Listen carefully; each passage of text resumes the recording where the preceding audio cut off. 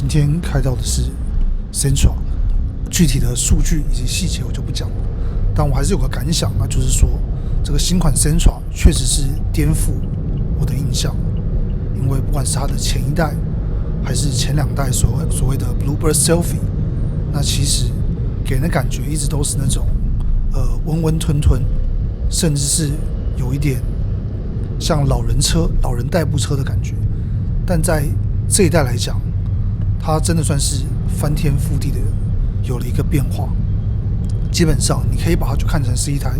缩小版的 Altima， 而且甚至说的夸张一点，这台车如果把它放在特斯拉旁边，光就外形其实还真的一点都不会输。当然了，动力的部分就没什么好讲的，就是这个样。但不管怎么样，以一台家用车来说，它今天能给你这样的一个外形，这样的内装，姑且不论它的材质如何，那我想这其实已经算是蛮有诚意了。那有鉴于这个 Sentra 是一个很长的车系，有机会的话再来跟大家聊聊 Sentra 的历史。那基本上这一集我想也不用讲太多它的驾乘感受，因为我们现在正在所谓的民权东路，那我对这条路是相当有意见的，因为自从做这个 POV 这个系列开始，就是希望说可以把台湾的一些道路或者是街景，让更多的人给看到。那不晓得这样的街景，在其他地区的人看到会作何感想？就之前有媒体说，台湾的道路是地狱，但在我看来，这条路应该没有到那么严重，它充其量也就是通往地狱的道路而已。为什么会这样说呢？因为等一下到了差不多一段，也就是差不多快要到台北桥的附近的时候，我相信有走过这条路的人应该都会很有感。基本上现在是这个下班的高峰时间，差不多就是5、6点钟的这样的一个时段。那在这个部分来讲的话，你只要到了交叉口的部分，也就是说从这个民权西路要接到环河北路的那一段的时候，你会觉得非常的崩溃，因为尤其是你是开在内线道，就像我一样，现在是在内线道，我真的很想要切到外线，可是切到外线的话，不好意思，可能就是停走走，然后就是跟机车争道。但是到了台北桥那一段的时候，你又会发现，你想要切到外线，那几乎就是不可能的任务。那这个情况下，我想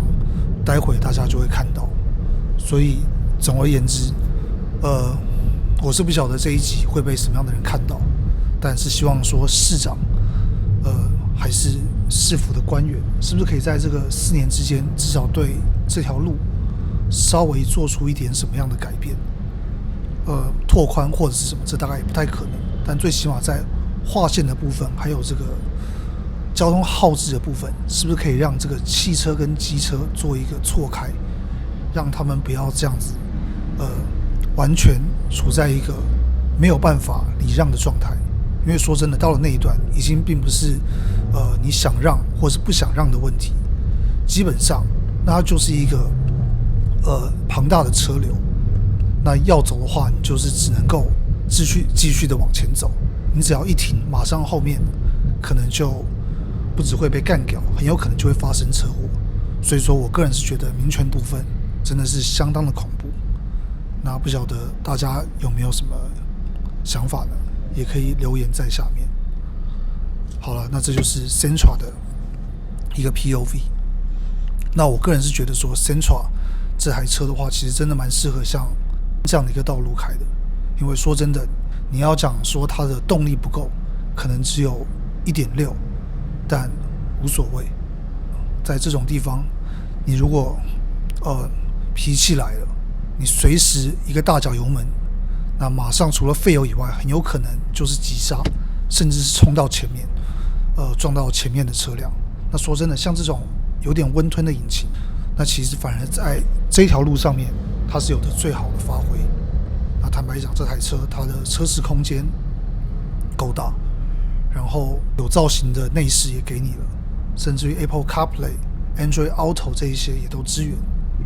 好像在这样的没有办法发挥性能的道路上，这种车其实是最刚刚好的。再加上这一台它的